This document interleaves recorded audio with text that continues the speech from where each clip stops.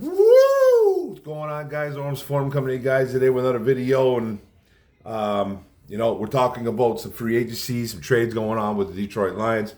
The Lions did trade for cornerback Carlton Davis. Happened a couple of days ago. I'm getting to it now. That's just the way it is. But no, 27-year-old kid, going to be 28 in December, 6'1", 206 pounds, a big physical corner. Went to his college days. He played at Auburn. He was an Auburn Tiger 3 years. Second round pick by the Tampa Bay Buccaneers back in 2018, 63rd overall. His college numbers, I talk about his college numbers because I like to. 136 tackles, 3.5 tackles for loss, 28 pass deflections, one fumble recovery, 3 forced fumbles, and half a sack and 4 interceptions at Auburn in 3 years. Not by any stretch is he a ball hawking cornerback, but that doesn't mean he isn't decent. Now, his NFL stats, 6 years. This year will be his 7th. 324 tackles altogether, 12 tackles for loss, 1 quarterback hit, 4 fumble recoveries, 3 forced fumbles, 73 pass deflections, 9 interceptions. No Pro Bowls to his name, no All-Pros. 27 touchdowns against in his 6 years, so it averages about 4, 8, 12, 16, 20, 24. Averages about a little bit under 5 touchdowns per season, 4 point something, whatever. And a 60%, roughly around a 60%, pass completion against. So, you do the math, that's 10 passes, six of them are getting completed. Now, that's not great by any stretch. It's not bad. I think it's hard to play corner. I think it's one of the hardest positions in the NFL. And we did get a decent one here. In my opinion, though, he's a cornerback too.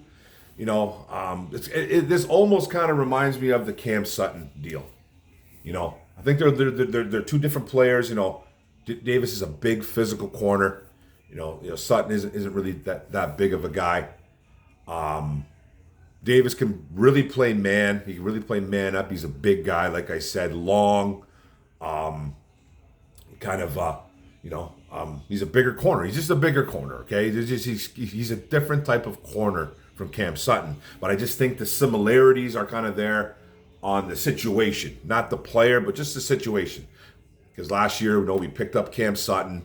We picked up Emmanuel Mosley. We brought in those two guys, and there's kind of like the fan base, the Lions fan base will tell you, one side will tell you Mosley was supposed to be cornerback one side will tell you that Sutton was supposed to be cornerback 1. Personally, I think they brought in Cam Sutton to be cornerback 1.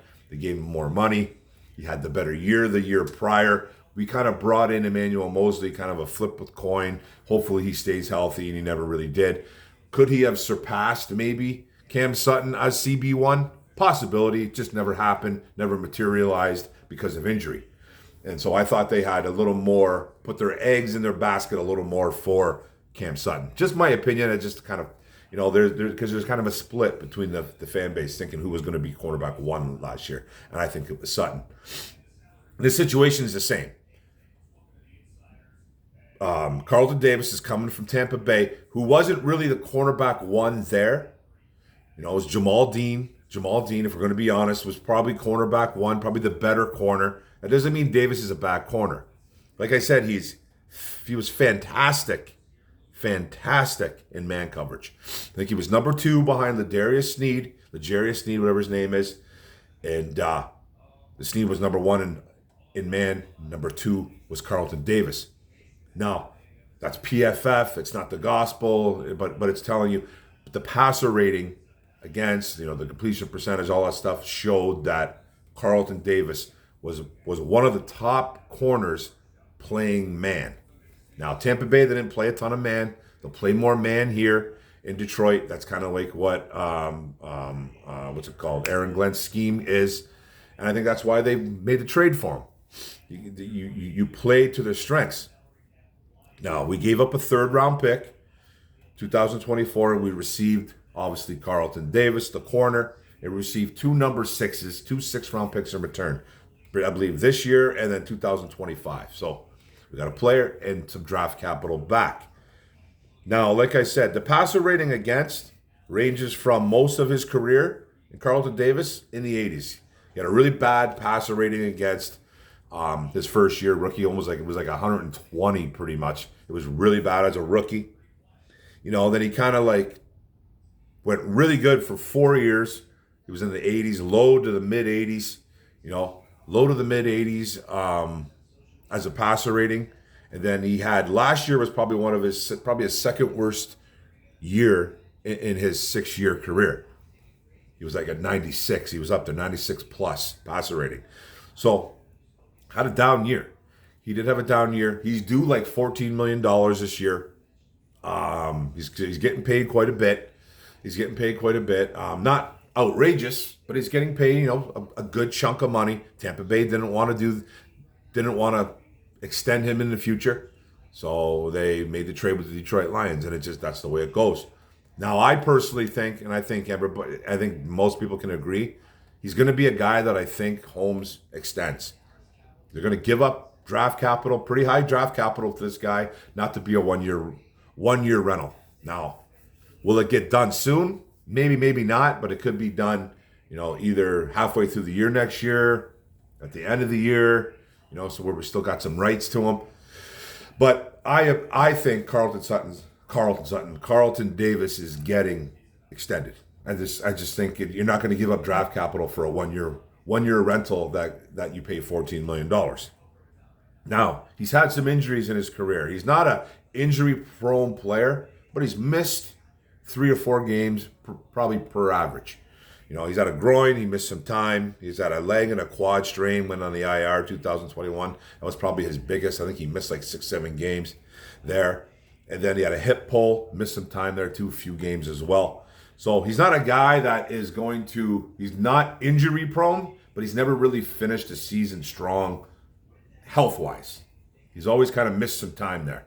A few games here, a couple games here. Some could be because of a healthy scratch. But he's just, he hasn't really played a full season since for 6 years since he's been a rookie. So, he even missed some time then. So he's a guy that misses a little bit of time. Like I said, averages 3 to 4 games missed per year. But he's coming in. He is coming in to be that cornerback one for Detroit. Now he's given up 0 touchdowns while playing in man. If he plays in zone, he's not as good. He's physical. He's big. He's a big physical corner. He's better on man. Now, what's his name just came out? He didn't just come out, but there was an interview apparently. It was either Devin or Jason McCourty. I don't remember which one. I think it was Jason McCourty from Good Morning Football. Can't really pinpoint it was because they're twins. But I think it was Jason McCourty did an interview with Jamar Chase from the wide receiver from the Cincinnati Bengals. Probably one of the top 2 or 3 wide receivers in the NFL today. Definitely top 5 kid. He's a stud. They asked him a question. He asked him a question. Who's the toughest corner you've ever faced in the NFL? And Chase had to think about it for a couple seconds, few seconds. He's like, Carlton Davis. He said, Carlton Davis was the toughest guy that I've ever faced. And McCourty's like, oh yeah, well, okay. Why? He's like, he's a big physical corner at 6'1", 206 pounds plus. And he goes, his arms are super long. He's very underrated. He was shocked about how big he was. Shocked how long he was, how big his wingspan was. And he just gave him fits. And you got to remember too, Carlton Davis last year. And I'm trying to look at all the positives here, guys. Now, fighting online with people about this. Anyways, it's just ridiculous. Like some people just think, every time we bring someone in, it's just, man, this guy is the game-changing guy that we needed. Now, I think Carlton Davis is a good corner. I'm not going to sit here and blow smoke up everybody's ass and say that Deion Sanders or Sauce Gardner just walked into the building. Now, is it an upgrade? Sure. Any upgrade over Jerry Jacobs, I'll take in a minute. A pylon would have been better. You know what I mean? Then that's no knock on Carlton Davis. He is a better player. He's an upgrade. But you gotta have some. You have to look at some things.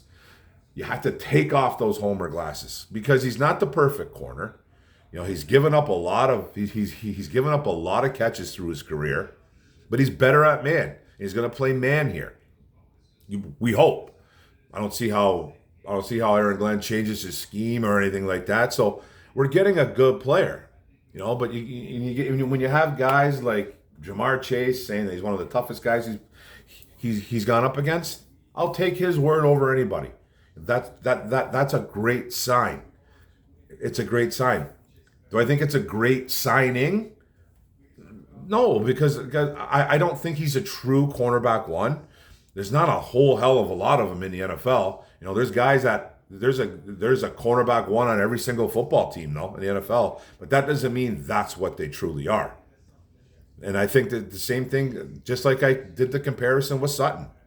I think it's the same kind of situation. We're bringing in a guy that's going to be cornerback one on paper, and he's not a true cornerback one. Now, this relieves some pressure off Sutton as well too. So it's kind of a good move in that aspect as well. If you look at it from that point of view, it is a good move. I don't mind it. Does it need to work out? Sure. The cornerback room was horrific. The cornerback room was horrific last year, and it showed all through the year. And it showed all through the playoffs. And I think it's one of the reasons why we lost in the NFC Championship game. There's multitude of reasons why we lost in the NFC Championship game, though. But look at the playoffs. Look what happened, man. Every single wide receiver dismantled us in the playoffs. Every single wide receiver one, wide receiver two, whatever it was. Puka Nacua from the Rams, Evans, Godwin. There was just, Baker was having a good day. Stafford had a great day. Like, it was just, Purdy didn't have a great day, had a good second half. I think we played a little bit better there. We just melted down the second half. But cornerback room was in a situation, and the defensive end room is a situation still. I think it still is. Now, we're going to draft probably a corner, but this helps. Carlton Davis helps. I'm not mad at it. I'm not, like I said about the Davenport signing. I didn't jump up and down. I didn't do flips because we picked up Marcus Davenport. I'm not doing flips because we picked up Carlton Davis. I'm not. But, keep him in man, and I think success will follow. We got to work. We still got to work on that room, but we really got to work on that D-line. But this is a good signing, guys. We traded for him. We're giving up some capital, got some back, got a player. Don't be surprised if this guy gets extended to a 2-3 year deal. I think that's going to be the smart move by Holmes. He's not just bringing in a 1 year rental at $14 million, giving up draft capital. It's just not. I don't think it's a smart play. But that's it, guys. Carlton Davis, Detroit Lion, former Tampa Bay Buccaneer. He is our CB1 in Detroit. Godspeed. Good luck. Hopefully that this works out. I think it could. Just got to get this kid some help. But that's it, guys. Thanks for coming in and watching the video. I appreciate it. Hit the subscribe button on the bottom right. Hit the notification bell up top. Get all the vids that I'm putting out. I'm trying to put out as much as I can right now. We got the draft coming up. I appreciate it, guys. Detroit versus everybody. One pride, baby. Let's go. Boom. Woo!